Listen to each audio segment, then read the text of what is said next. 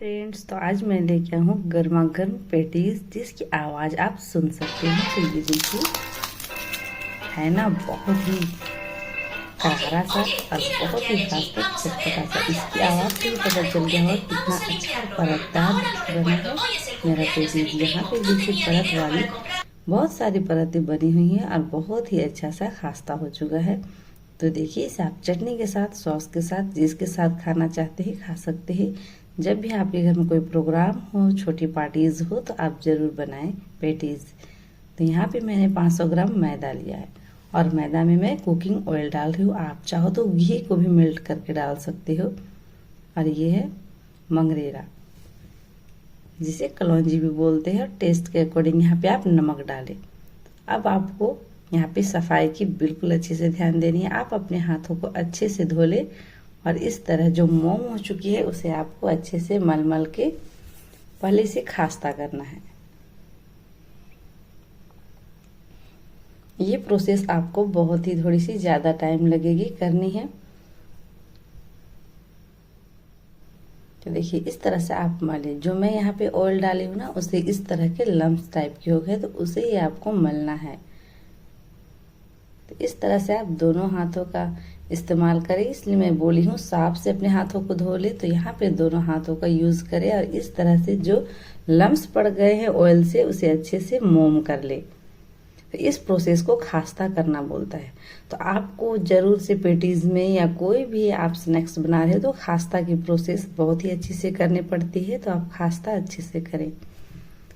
जब भी आपके घर में बच्चों की पार्टी हो या छोटी कोई भी पार्टी हो, ज़्यादा मेहमान आ गए और कम टाइम पे आपको बनानी है कोई स्पेशल सा स्नैक्स, तो आप पेटीज घर पे जरूर बनाएं। तो इस तरह से मल लें। आपको इसे तब तक मलना है जब तक कि ये एक जगह इकट्ठा ना हो जाए। देखिए, इस तरह से जैसे मैं आपको दबा के देखी प्रेस करके कि ये एक जगह सारे आटे हैं इकट्ठे हो गए हैं। तो आपको इतना मलना है कि ये इकट्ठा हो जाए। अगर ये इकट्ठा नहीं हो रहा तो समझिए कि आपको इस आटे को और मलने की ज़रूरत है और खास्ता करने की ज़रूरत है। तो देखिए, ये हो चुका। अब इसमें थोड़ी थोड़ी पानी करके आपको इसका डो तैयार करना है। आपको इसका डो बहुत हार्ड भी नहीं बनाना है और बहुत गीला भी नहीं बनाना है, बिल्कुल मीडियम सा बनाना है।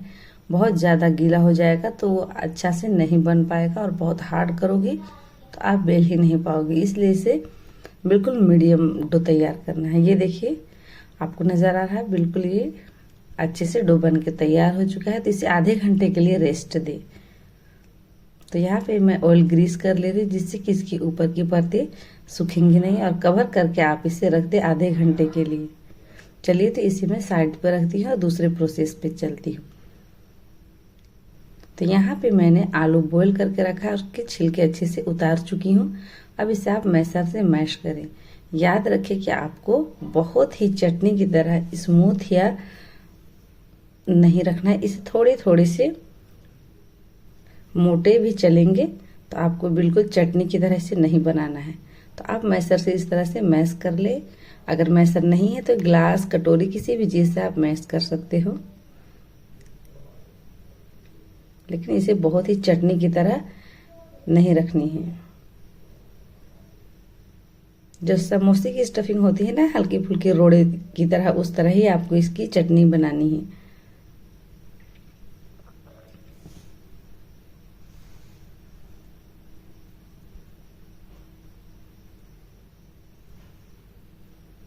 तो चलिए, मेरी चटनी बन गई है। अब इसे मसालेदार स्पाइसी बनाने के लिए इसके साइड पे मसाले तैयार कर लेती हूँ। तो यहाँ पे मेरा फ्राई पैन रेडी है और यहाँ पे मैं डाल रही हूँ सरसों का तेल। आप कोई भी कुकिंग ऑयल जो भी आप यूज़ करते हो वो डाल सकते हो। मैं सरसों का तेल डाल रही हूँ और जैसे ही ये गर्म हो जाए आपको यहाँ पे डालना है पचफोरन।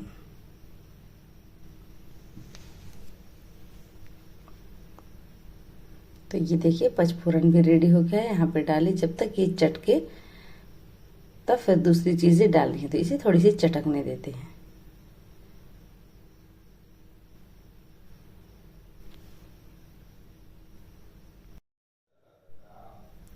ये देखिए ये अच्छे से चटक चुकी है। अब इसमें बारीक कटी हुई हरी मिर्च और प्याज में डाल रही हूँ। इसी आप अपने टेस्ट के अकॉर्डिंग डाल सकते हो, ज़्यादा तीखा खाते हो तो और भी डाल सकते हो और कम खाते हो तो कम। मैं अभी दो, एक हरी मिर्च और एक लाल मिर्च है उसे बारीक चॉप करके डाली हूँ। और यहाँ पे प्याज है, प्याज भी मैं बारीक कट करके डाली हूँ। तो इसे आपको गोल्डन ब्राउन नहीं करना है।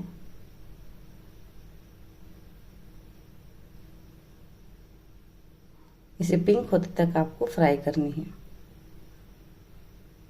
जब पचफोरन डालते हो ना तो उसकी खुशबू से ही आपको समोसे वाली जो अच्छी सी खुशबू होती है ना, अलग सा सबसे डिफरेंस उस तरह की खुशबू आने लगेगी। तो देखिए वो खुशबू तो आ ही रहा है।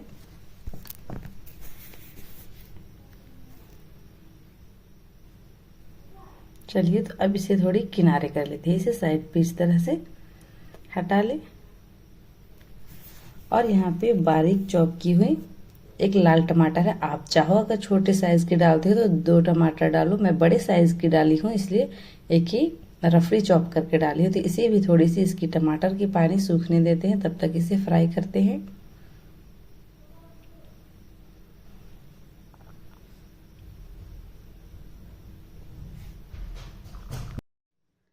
तो आपकी टमाटर को जब तक इसकी पानी सूख ना जाए आपको इसे यहाँ पे फ्राई करते रहनी है। तो आप इसे थोड़ी देर छोड़ दें ताकि टमाटर का जो पानी है, कच्चापन है, वो अच्छे से सूख जाए। जैसे ही टमाटर का सारा पानी सूख जाए तो फिर आपको नेक्स्ट प्रोसेस पे चलनी है।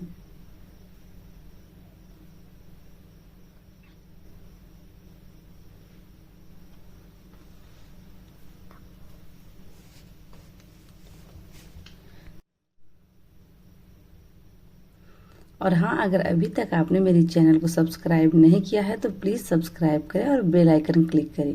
बेल आइकन क्लिक करने से जो भी मेरी नोटिफिकेशन है, वीडियो है, वो फटाफट आप तक पहुंच जाएगा और आप आसानी से मेरी वीडियो देख सकते हो। तो ये देखिए टमाटर का सारा पानी अच्छे से सूख चुका। तो इसी स्टेज पे आपको जितने भी कॉमन मसाले हैं वो डालने हैं। जैसे यहाँ पे है जीरा पाउडर, गोल मिर्च पाउडर, धनिया पाउडर, हल्दी पाउडर है, कश्मीरी लाल मिर्च, ये सारी चीज़ें आप अच्छे से डाल ले और इसके साथ ही थोड़ी सी रोस्ट कर ले। और यहाँ पे आपको डालनी है टेस्ट के अकॉर्डिंग नमक। नमक भी डाले और इसे थोड़ी सी भून ले। नमक को आप अच्छे से डालें क्योंकि आपने आटा के डो पे भी डाला है और ये स्टफिंग पे भी डाल रहे हो, तो आप ध्यान से डालें। तो ये देखिए थोड़ी सी इसके साथ भूनने के बाद आप यहाँ पे पानी डाल लें। पानी जैसे डालोगे तो क्या होगा कि आपका ये जो है टमाटर है और प्याज है वो अच्छे से गल जाएगी। तो चलिए यहाँ पे थोड़ी सी पानी डाल लें।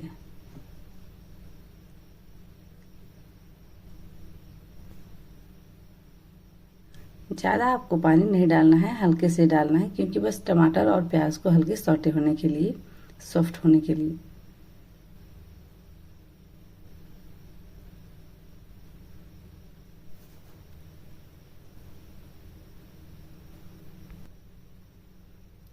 तो ये देखिए पानी भी हल्के से सूख चुका है। तो इस स्टेज पे आपको जो आलू को मैश करके रखा है वो आपको यहाँ पे डालनी है। सारा आलू आप अच्छे से डालें और इसे तब तक आपको भूनें जब तक कि आपका आलू भी थोड़ा सा मिक्स होकर सारी ग्रेवी मसालों से अच्छे से भून ना जाए। तो चलिए इसे अच्छे से मिक्स करते हैं।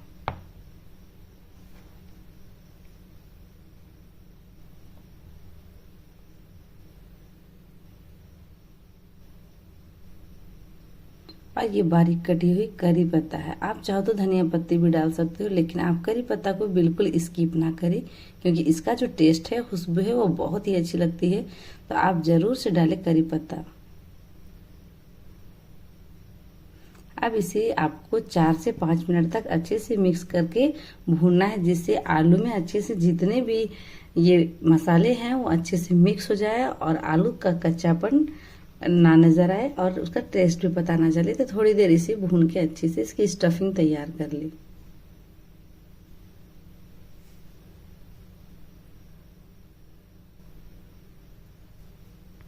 अभी बारिश का मौसम है और बारिश में तो गर्मा गर्म स्नैक्स बनता ही है, तो आप घर पे ज़रूर बनाएं मेरी इस स्नैक्स को, मेरी रेसिपी को घर पे फॉलो करें।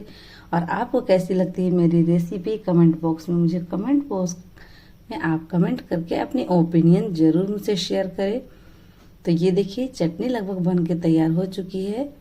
आपको नज़र आ रहा होगा मेरा चटनी बिल्कुल स्मूथ चटनी की तरह नहीं है, थोड़ी हल्के फुल्के इसमें रोने नज़र आ रहे हैं। तो ये परफेक्ट चटनी बना है, तो आपको भी इतना ही परफेक्ट चटनी बनाना है। तो चलिए इसे अच्छे से, ये लगभग रेडी हो चुका है,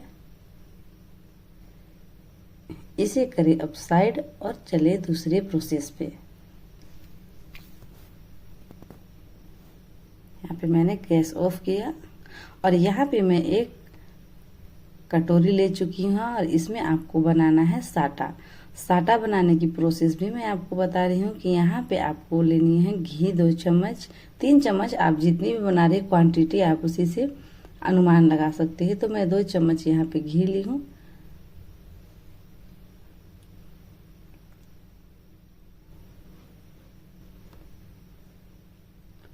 और यहाँ पे मैदा,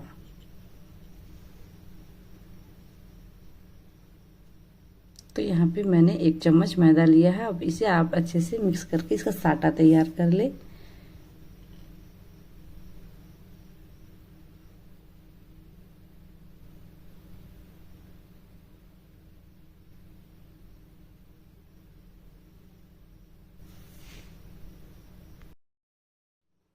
तो ये देखिए मेरा साटा भी बन के तैयार हो चुका।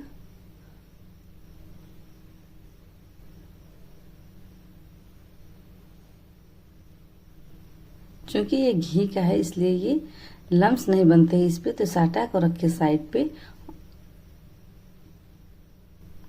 और पहले कढ़ाई पे यहाँ पे मैं कुकिंग ऑयल डाल रही हूँ। आप जो भी कुकिंग ऑयल यूज करते हो वही आप डालें।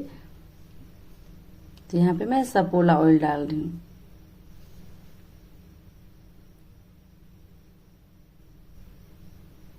और इसे मीडियम फ्लेम पे गर्म होने देते हैं, तब तक इसकी रोटियां तैयार कर लेते हैं। चलिए दूसरे साइड इसे करें लो फ्लेम पे, ताकि ये धीरे धीरे अपना काम करते रहे, ये गर्म होते रहे। तो यहाँ पे मेरा बेलन चकला तैयार हो चुका है और यहाँ पे मैं ली हूँ थोड़ी सी सूखा मैदा। इसे झारखंड में हमारी तरफ खुशकी बोलते हैं, आप कहाँ से देख रहे हो और इसे आपके एरिया में सूखे आटे को किस नाम से बोला जाता है आप मुझे कमेंट बॉक्स में जरूर शेयर करें। तो इस तरह खुशकी लगा के, सूखा आटा लगा के आप डो को अच्छे से लंबे लंबे से रोल बना लें। और जितनी बड़ी रोटियां बनानी है आप अपने हिसाब से इस साइज की कट कर ले। तो ये देखिए मैं कट कर रही हूँ।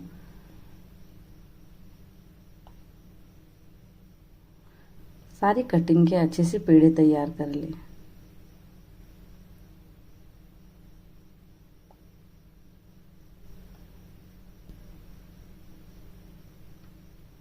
इस तरह देखिए ये पेड़ा तैयार हो चुका बनके। इसी तरह सारी जितने भी कटिंग है आटे के, तो उसके पेड़े तैयार कर ले।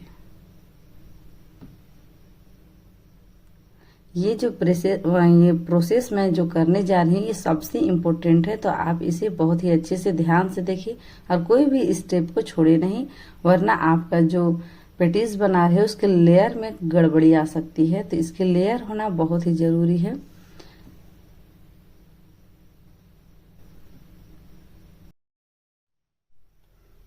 आपको घर पे जैसी भी रोटियां बेलते हो उसी तरह आपको इसकी रोटी बनानी है। चलिए तो इसे पहले खुशकी को साइड में कर लेती हूँ, इस तरह से अच्छे से बनाएं। और मैदे की जो रोटी है आप बड़ा करोगे और जैसे ही इसे उठाओगे तो वो श्रिंक कर जाता है, सिकुड़ जाता है। तो आप इसे ज्यादातर बड़े साइज की बनाएं, क्योंकि जैसे ही उठाओगे ये छोटा हो जाएगा, सिकुड़ जाएगा। तो ये देखिए इस तरह से। और आपको कोई ज़रूरी नहीं कि आप गोल ही बेले, इसमें शेप की कोई ज़रूरत नहीं है, क्योंकि अभी से लेयर लगाना है। तो ये देखिए इस तरह से आप 4-5 जितनी भी रोटियां बनाना चाहते हो बेल लो। तो ये मेरी रोटी मैंने 4-5 अच्छे से बेल के रख लिया है। अब इसमें मैं आपको लेयरिंग की सबसे इम्पोर्टेंट काम बता रही हूँ, ये है साटा। साटा को आप इसमें अच्छे से ग्रीस कर ले, कहीं पे भी बाकी ना रह जाए।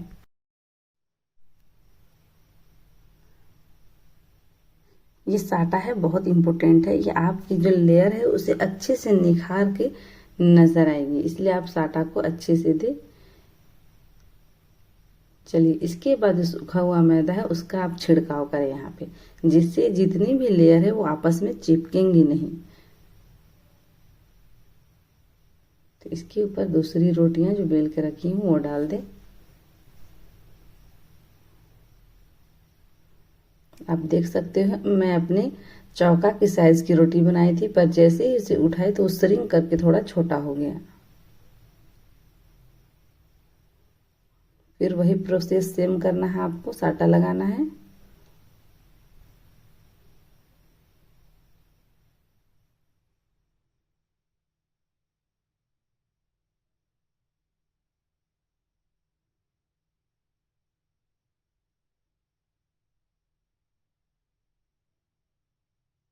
इसी तरह जितनी भी रोटियां आप बेल के रखे हुए हो तो आप एक एक करके इस तरह से सबको सेट कर ले।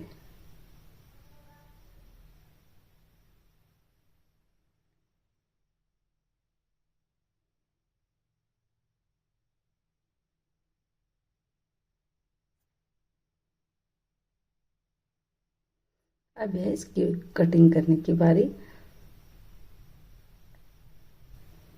तो इसे अच्छे से कट कर ले। आउटलाइन को पहले कट करके निकाल लेती हूँ, और इस आउटलाइन को फेंकने की ज़रूरत नहीं है, क्योंकि इसे भी आप फ्राई कर सकते हो, इसे भी आपकी स्नैक्स बन जाएगी, तो वो बिल्कुल वेस्ट नहीं होगा। इस तरह से मैं 4 टुकड़ों में रोटियों को कट कर रही हूँ।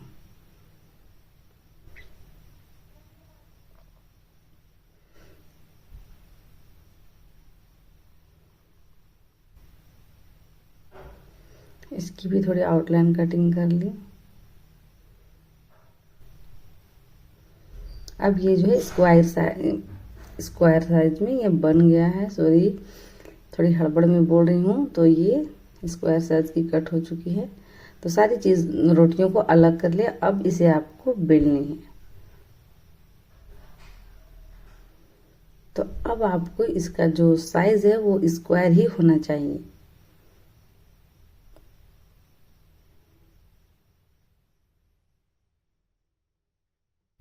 जितना बड़ा आप पेटीज बनाना चाहते हो उतनी बड़ी ही इसकी रोटी बेले।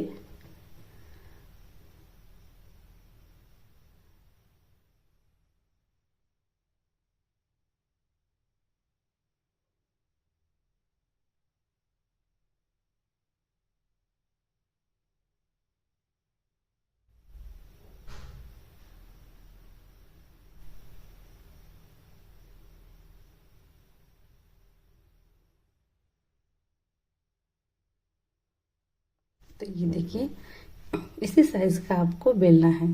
अब यहाँ पे जो मैंने साटा तैयार किया है उसे भी साटा लगाना है, और इसकी स्टफिंग भरने की बारी है। तो ये देखिए इसकी स्टफिंग को मैं अच्छे से यहाँ पे डाल रही हूँ।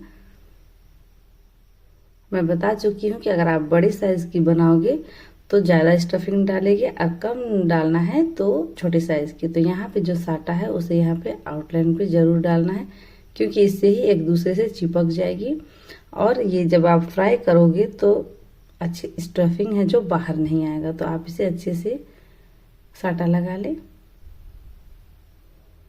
और इस तरह से फोल्ड करें। ये देखिए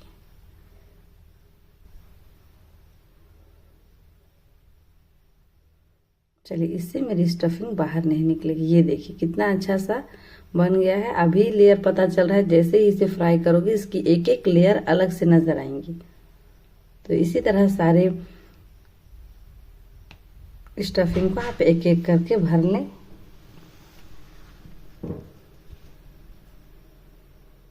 चलिए मैं आपको 2 पूरी बेल के दिखा रही हूँ।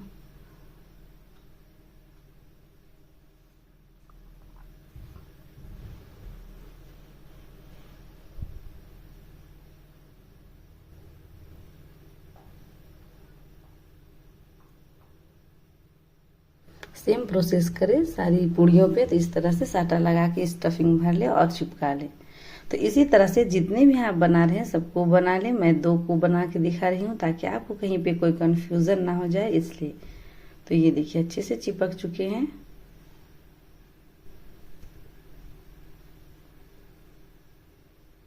तो इस तरह से मेरी सारी पैटीज है वो भर के तैयार हो चुकी है। चलिए, हमारा तेल भी गर्म हो चुका है और ये जो बहुत अच्छी सी चिपकी है वो मैं आपको दिखा दे रही हूँ। अब चलिए इसे फ्राई करने। तो आपको अपनी पैटीज को बिल्कुल लो टू मीडियम फ्लेम पे रखना है। मीडियम से भी आप लो पे ही रखें ज़्यादातर तो अच्छा होगा, क्योंकि अगर आप थोड़ी सी भी आपकी तेल गर्म है तो उसका आपका पैटीज का कलर खराब हो सकता है, वो डार्क हो जाएगा। तो बिल्कुल लो फ्लेम पे आपको इसे पकाना है। तो इस तरह से मैं एक एक करके डाल रही हूँ।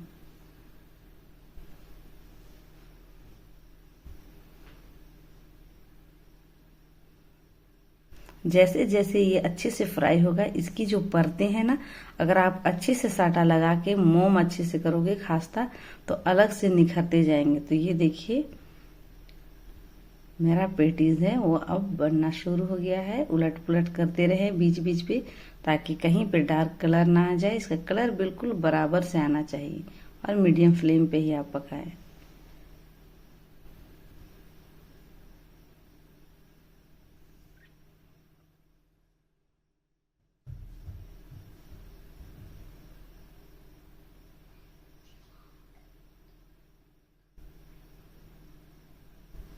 यहाँ पे आपको मेरी पेटीज की लेयर अभी से ही नजर आ रही होगी। देखिए कितना अच्छा सा इसका लेयर नजर आ रहा है, अलग अलग से परतें। तो अगर आपको अच्छी लग रही मेरी वीडियो तो प्लीज एक छोटा सा लाइक कर दे। एक लाइक से आपको कुछ भी हानि नहीं होने वाली है, तो आप जरूर से एक लाइक करें। तो इसी तरह से सारी पेटीज आप फ्राई करके निकाल ले और दूसरे इस बैच को भी यहाँ पे डालें।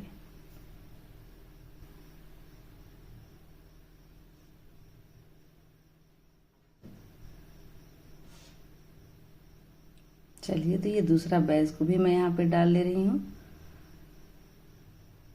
लो फ्लेम पे बिल्कुल डालें। मैं बार बार बता रही हूँ कहीं आपका पेटीज का कलर ना खराब हो जाए।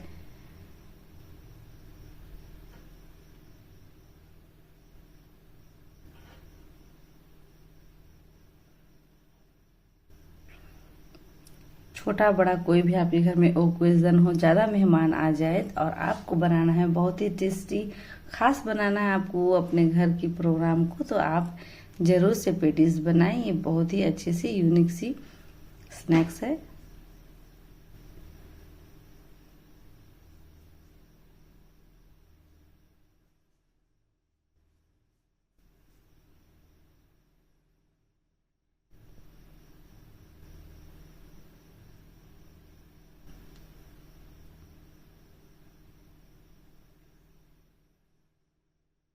मैं और भी स्नैक्स आपसे शेयर कर चुकी हूँ। अगर आपने नहीं देखा है तो आप डिस्क्रिप्शन बॉक्स में जाकर देख सकते हो। स्पाइसी स्नैक्स मैंने रोल समोसा भी आपसे शेयर किया है, वो भी आप देख सकते हो। और जरूर से जरूर मेरे चैनल को सब्सक्राइब करें, ज्यादा से ज्यादा शेयर करें, लाइक करें और कमेंट बॉक्स में बताएं कि मुझे मेरी वीडियो आपको कैसी लगती है या कैसी लगी।